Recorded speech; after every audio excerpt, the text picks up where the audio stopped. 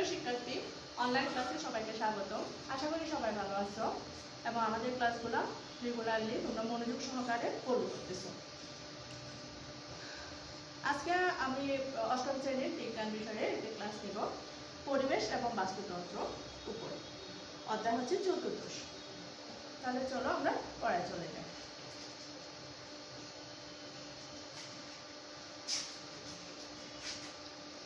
আমাদের অধ্যায়টার নাম হচ্ছে কি?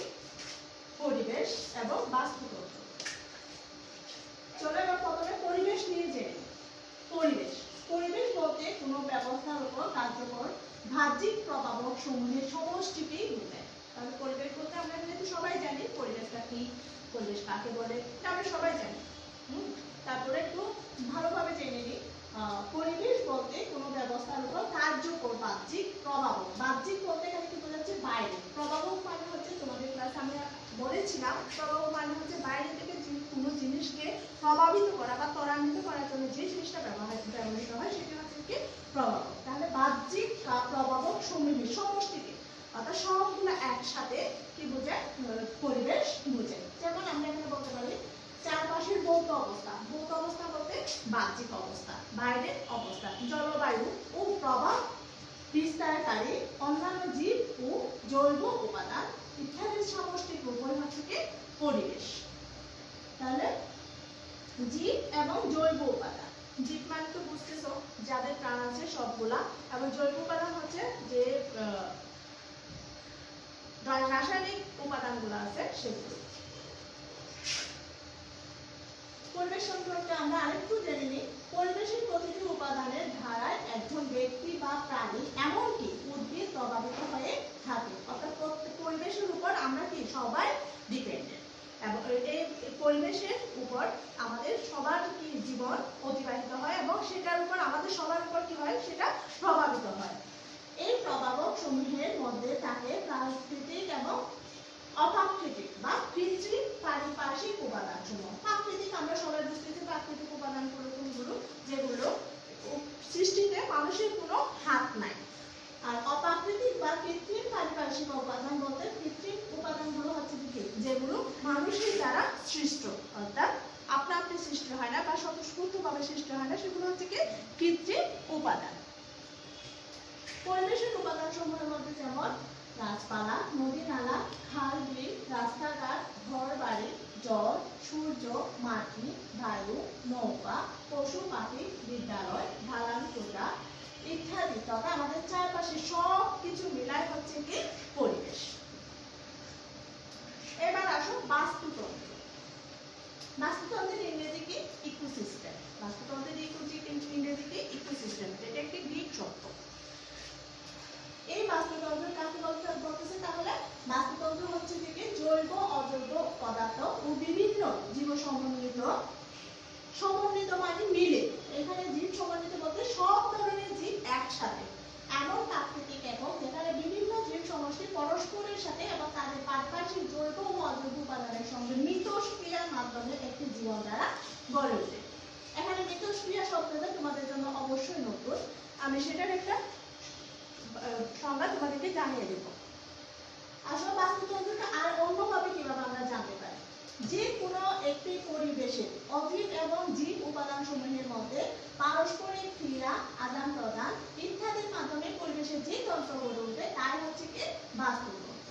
দেখো, যে কোনো একটি পরিবেশ, সেটা তোমাদের বিদ্যালয়ের আঙ্গিনা হতে পারে, পরিবারের আঙ্গিনা হতে পারে, অর্থাৎ যে কোনো একটা নির্দিষ্ট জায়গায় সেখানে জীবও থাকে, জড়ও থাকে, আদার্স ছোট বড় সব ধরনের জীব অজীব পদার্থ থাকে। সবগুলোর মধ্যে একটা কি হয়?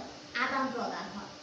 অর্থাৎ প্রাণীরা উদ্ভিদকে দেয়, উদ্ভিদ আবার প্রাণীকে দেয়, একজন আরেকজন থেকে নেয়, একজন আরেকজনকে দেয়, পরস্পরের উপর নির্ভরশীলতা অর্জন করে এবং পরস্পরের উপর ডিপেন্ডেন্ট মধ্যে উপকারিতা হয়। সেই একটা পরিবেশের মধ্যে যে একটা আদান প্রদানের সম্পর্ক, সেটা হচ্ছে কি? আদান প্রদান সম্পর্কের মাধ্যমে যে একটা পরিবেশ তৈরি হচ্ছে সেটা হচ্ছে কি? বাস্তুতন্ত্র। এবার আসো আমরা মিথস্ক্রিয়া সম্পর্কে জানবো। মিথস্ক্রিয়া প্রাকৃতিক পরিবেশের ভারসাম্য প্রাকৃতিক নিয়মেই বজায় থাকে। প্রাকৃতিক পরিবেশের যে একটা ভারসাম্য বলতে আমরা সবাই বুঝতেছি, ভারসাম্য মানে কি? অর্থাৎ একটা পরিবেশের মধ্যে আদান প্রদানের একটা ইকুয়ালিটি, সেটা হচ্ছে কি ভারসাম্য। তার সেটা প্রাকৃতিকভাবে তৈরি হলে প্রাকৃতিকভাবেই কি থাকবে, সেই নিয়মটা বজায় থাকবে। প্রাকৃতিক পরিবেশে উদ্ভিদ এবং প্রাণী এই দুই ধরনের পদার্থ উপাদানই থাকে, উদ্ভিদ এবং থাকে প্রাণী থাকে। এই দুই ধরনের জীবের মধ্যে সাথে জড় পদার্থের, তবে শুধু জীব না, জড়ও আছে, যেমন সূর্য, তাপ, এগুলো সব জড়। এগুলোর মধ্যে একটা কি থাকে, শক্তি আর বস্তুর আদান প্রদান হয়। সেই সম্পর্কটাই হচ্ছে কি, সেই আদান প্রদানটাই হচ্ছে কি মিথস্ক্রিয়া। তাহলে আশা করি তোমরা সবাই বুঝতেছো মিথস্ক্রিয়া কি বললাম।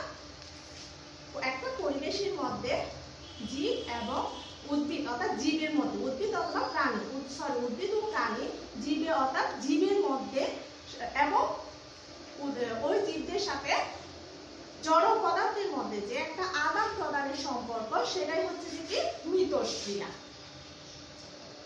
ছবিটা দেখো, একটা বাস্তুতন্ত্র অর্থাৎ ইকোসিস্টেমের একটা ছবি। এখানে ছবিটাতে আমরা কি দেখতে পাচ্ছি, একটা ইকোসিস্টেম, একটা বাস্তুতন্ত্র দেখতে পাচ্ছি। এটা একটা জলাশয়ের ছবি, অর্থাৎ তোমরা একটা নদী ধরতে পারো।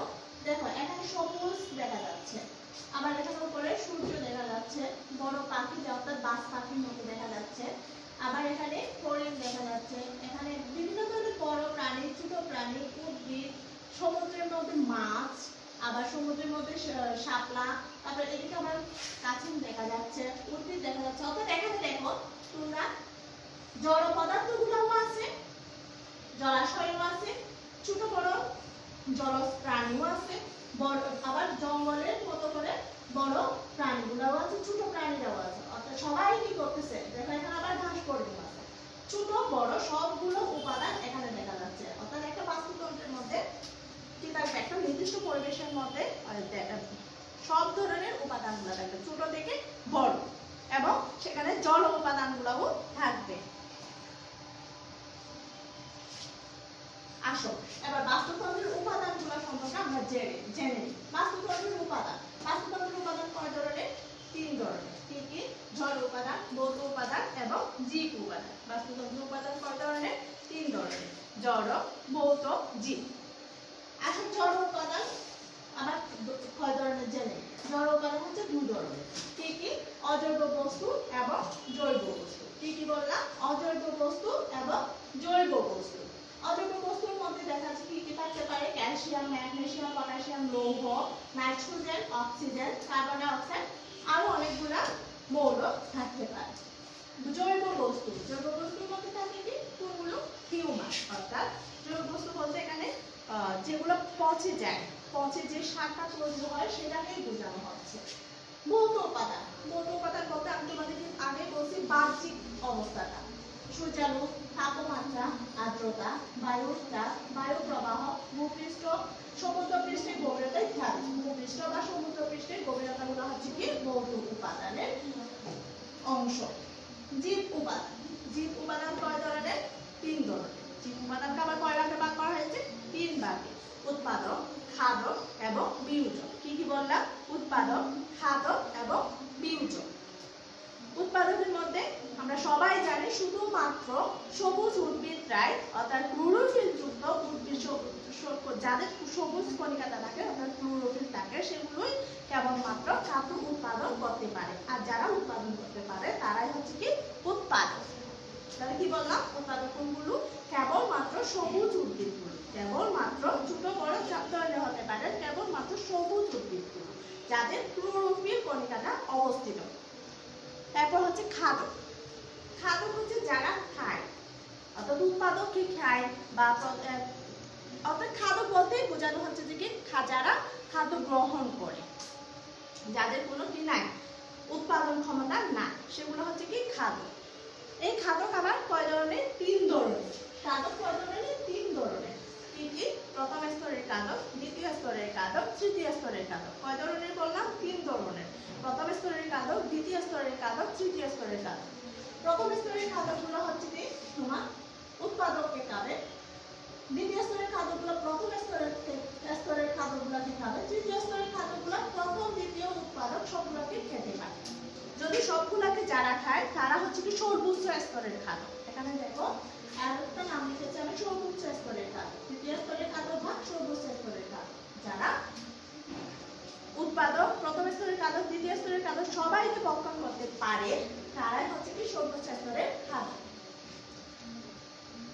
প্রথম স্তরের খাদ্যের উদাহরণগুলো আমরা জেনে নিই।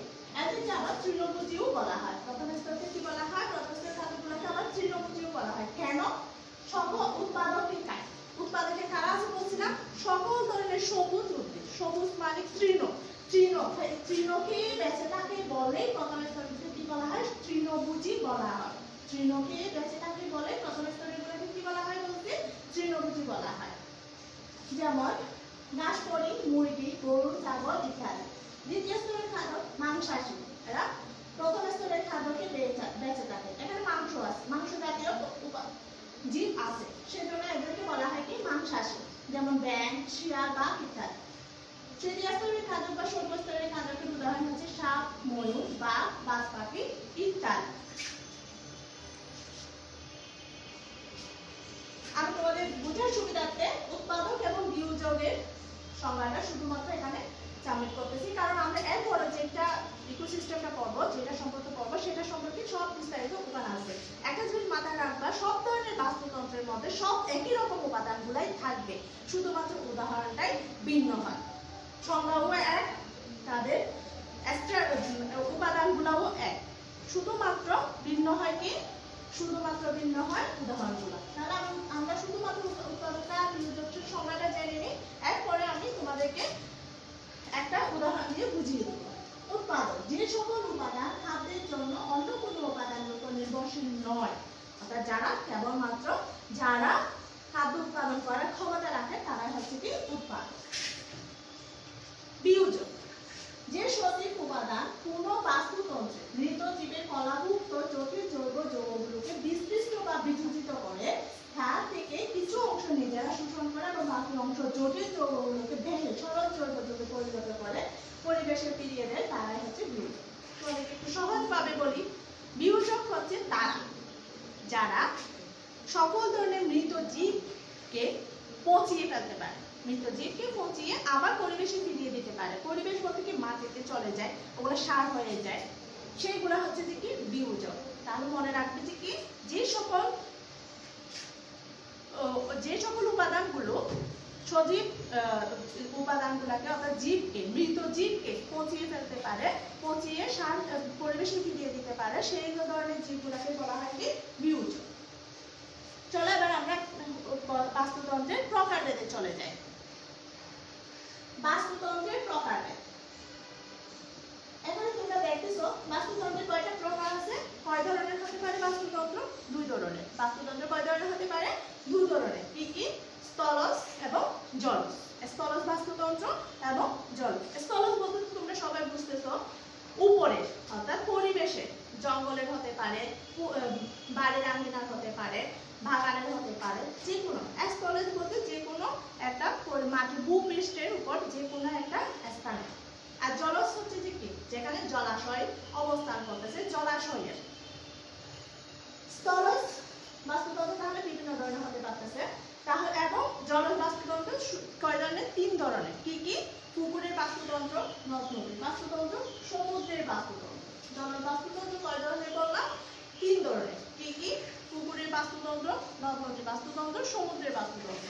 আজকে আমরা পুকুরের বাস্তুতন্ত্র সম্পর্কে বিস্তারিত জানবো, এবং এটার মাধ্যমে তোমরা বুঝে যাবা যে কি প্রত্যেক বাস্তুতন্ত্রের মধ্যে উপাদানগুলো হচ্ছে কি একই রকম, শুধুমাত্র এবং সংজ্ঞাও একই রকম, শুধুমাত্র উদাহরণটাই দিই। তাহলে পুকুরের বাস্তুতন্ত্রে চলে যাই আমরা। একটা ছবি দেখতেছো তোমরা, এটা হচ্ছে একটা পুকুর, যেখানে সব ধরনের উপাদান পরিলক্ষিত হচ্ছে। দেখো, সূর্য অর্থাৎ যেখান থেকে কি আসবে? শক্তি পাবে। যেখান থেকে কি পাবে? শক্তি পাবে। উৎপাদক মূলযুক্ত উদ্ভিদ, এইগুলো হচ্ছে কি? মূলযুক্ত উদ্ভিদ, সবুজ উদ্ভিদ, এগুলো হচ্ছে উৎপাদক। ফাইটোপ্ল্যাঙ্কটন, ফাইটোপ্ল্যাঙ্কটন, ফাইটো মানে হচ্ছে উদ্ভিদ, প্ল্যাঙ্কটন মানে হচ্ছে ছোট। ফাইটোপ্ল্যাঙ্কটন মানে কি বললাম? ফাইটো মানে হচ্ছে ফাইটো শব্দটা অর্থ হচ্ছে কি? উদ্ভিদ, আর প্ল্যাঙ্কটন অর্থ হচ্ছে কি? ছোট, অর্থাৎ ছোট ছোট উদ্ভিদগুলোও হচ্ছে কি? উৎপাদক, কারণ ওখানে সবুজ কণিকা বিদ্যমান। এবার পুকুরের তলদেশে প্রথম পর্যায়ের খাদক, অর্থাৎ এরা ঘাসগুলাকে খায়। এরা ঘাস পাত যেগুলো আছে পুকুরের মধ্যে, সেই জলাশয়ের মধ্যে যে সকল ছোট ছোট উদ্ভিদগুলো আছে সেগুলোকে খেয়ে বেঁচে থাকে। এরপর দেখো জুপ্লাঙ্কটন, জু মানে হচ্ছে প্রাণী, জু মানে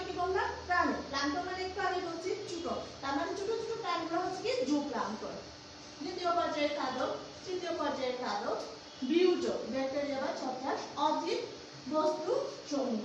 অর্থাৎ আমরা এখানে সব ধরনের উপাদান কিন্তু পাচ্ছি। একটা পুকুরের মধ্যে সব ধরনের বাস্তুতন্ত্রের সব ধরনের উপাদান পাচ্ছি।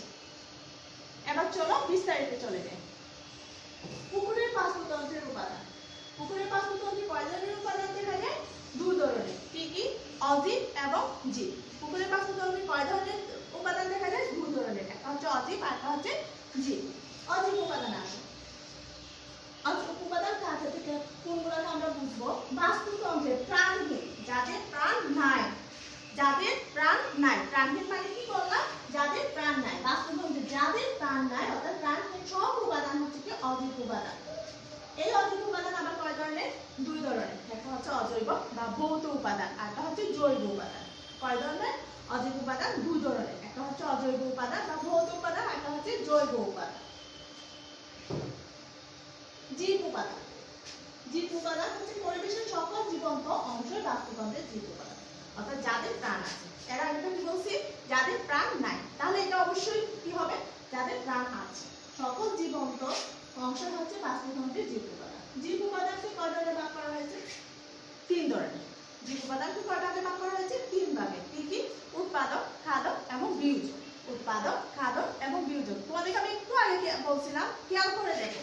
প্রত্যেকটা বাস্তুতন্ত্রের উপাদানগুলো হচ্ছে কি এক, সংজ্ঞাও এক, শুধু উদাহরণটা ভিন্ন হবে। তোমরা এখানে সেগুলো দেখতেছো। এবার আসো উৎপাদক। যে সকল উপাদান খাদ্যের জন্য অন্য কোনো উপাদানের উপর নির্ভরশীল নয় তাদেরকে আমরা উৎপাদক বলবো। এগুলো সবাইকে একটু আগে বলেছি, সেজন্য আর বিস্তারিত বলতেছি না। আসো উৎপাদক। যারা উৎপাদক তারা সূর্যের আলোর উপস্থিতিতে সালোক সংশ্লেষণ প্রক্রিয়ায় শর্করা জাতীয় খাদ্য তৈরি করে, যার উপর বাস্তুতন্ত্রের অন্যান্য সকল প্রাণী প্রত্যক্ষ বা পরোক্ষভাবে নির্ভরশীল। দেখো আমি তোমাদেরকে বলছিলাম উৎপাদক মানে কোনগুলো? যাদের সবুজ কণিকা বিদ্যমান, যাদের মধ্যে শুধুমাত্র যাদের মধ্যে সবুজ কণিকা বা ক্লোরোফিল বিদ্যমান তারাই হচ্ছে উৎপাদক। এবং শুধুমাত্র উদ্ভিদরাই খাদ্য উৎপাদন করতে পারে, অন্যরা পারে না। কারণ উদ্ভিদের মধ্যে কি থাকে? সবুজ কণিকা অর্থাৎ ক্লোরোফিল, যেটা সালোক সংশ্লেষণ, সূর্যের উপস্থিতিতে সালোক সংশ্লেষণের মাধ্যমে খাদ্য উৎপাদন করতে পারে। এবং আমরা প্রাণীরা কি তাদের উপর নির্ভরশীল, উদ্ভিদের উপর নির্ভরশীল। তাহলে আমরা উদাহরণ হিসেবে কি কি বলতে পারি? পুকুরে বসবাসকৃত সকল প্রকার সবুজ উদ্ভিদ যেমন কচুরিপানা, শেওলা, শৈবাল, ক্ষুদ্র ও আণবিক করে ফাইটোপ্লাঙ্কটন অর্থাৎ ছোট ছোট উদ্ভিদ। খাদক বা ভক্ষক। খাদকের অপর আরেকটা নাম কি? ভক্ষক।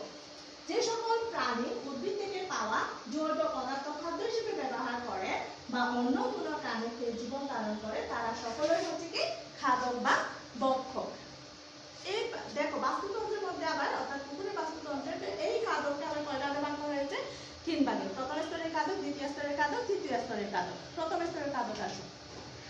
প্রথম স্তরের খাদক যে সকল প্রাণী উদ্ভিদ বুঝি তারা প্রথম স্তরের খাদক, যেমন বিভিন্ন প্রকার জলজ কীটপতঙ্গ, ছোট মাছ, ঝিনুক, শামুক ইত্যাদি এরা তৃণভোজী নামেও পরিচিত। তৃণভোজী প্রাণীদের মধ্যে রয়েছে ছোট কীটপতঙ্গ থেকে শুরু করে অনেক বড় প্রাণী। তৃণভোজী মানে কি বলছিলাম তোমাদেরকে? মনে আছে নিশ্চয়। তৃণভোজী মানে হচ্ছে কি যারা সবুজ ঘাস খেয়ে বেঁচে থাকে। তৃণ মানে হচ্ছে ঘাস আর তৃণভোজী মানে হচ্ছে কি যারা তৃণ খেয়ে বেঁচে থাকে। ভোজী মানে খাওয়া। দ্বিতীয় স্তরের খাদক যারা প্রথম স্তরের খাদককে খেয়ে বেঁচে থাকে তারা হচ্ছে কি দ্বিতীয় স্তরের খাদক, যেমন একটু বড় মাছ। তৃতীয় স্তরের খাদক যারা দ্বিতীয় স্তরের খাদককে খায় তারা হচ্ছে কি তৃতীয় স্তরের খাদক, যেমন কচ্ছপ, বক, ব্যাঙ ইত্যাদি। বিয়োজক যে সজীব উপাদান কোন বাস্তুতন্ত্রের মৃত জীবের ফলাভুক্ত জটিল জৈব যৌগগুলোকে বিশ্লিষ্ট বা বিচূর্ণিত করে তা থেকে কিছু অংশ নিজেরা শোষণ করে এবং বাকি অংশ জটিল জৈব যৌগকে ভেঙে সরল জৈব যৌগে পরিণত করে পরিবেশে ফিরিয়ে দেয়, তাদেরকে বলা হয় বিয়োজক। উদাহরণ হিসেবে আমরা বলতে পারি কি ব্যাকটেরিয়া এবং ছত্রাক। কেন ব্যাকটেরিয়া এবং ছত্রাক বিয়োজক? কারণ ব্যাকটেরিয়া এবং ছত্রাকরাই কি করতে পারে? জীব যেগুলা মৃত জীব সেগুলাকে পচিয়ে ফেলতে পারে। যদি ব্যাকটেরিয়া বা ছত্রাক না হতো কি হতো? মৃত জীব মরে পড়ে থাকতো আর এগুলা মৃতের স্তূপ হয়ে যেত। এভাবে উৎপন্ন সকল সরল উপাদানগুলোকে উৎপাদকে কাঁচামাল হিসেবে ব্যবহার করে। আবার খাদ্য উৎপাদন করে বিয়োজকদের অনুখাদক বা মাইক্রো কনজিউমারও বলা হয়। উৎপাদককে বিয়োজককে কি বলা হয়? Micro consumer. বিয়োজকের আরেকটা নাম কি? অনুখাদক বা মাইক্রো কনজিউমার। অণু শব্দটার অর্থ তোমরা অবশ্যই জানো। অণু মানে কি? অণুবীক্ষণিক। অণু মানে কি? অণুবীক্ষণিক। তাহলে আমরা কি বললাম? বিয়োজককে কি বলা হয়? অনুখাদক বা মাইক্রো কনজিউমার। তাহলে তোমরা অবশ্যই বাস্তুতন্ত্র অধ্যায়টা খুব ভালোভাবে বুঝেছো আশা করি, এবং যেগুলো তোমাদের প্রয়োজন সেগুলো অবশ্যই নোট করে রাখবে, এবং তোমরা একটু বাসায় বইটা ভালোভাবে পড়বে। আশা করি তোমাদের কাছে এই অধ্যায়টা খুব ভালোভাবে ক্লিয়ার হবে। আজকে এই পর্যন্ত সবার সুস্থতা কামনা করে এখানে শেষ করছি। সবাই ঘরে থাকবে, সুস্থ থাকবে।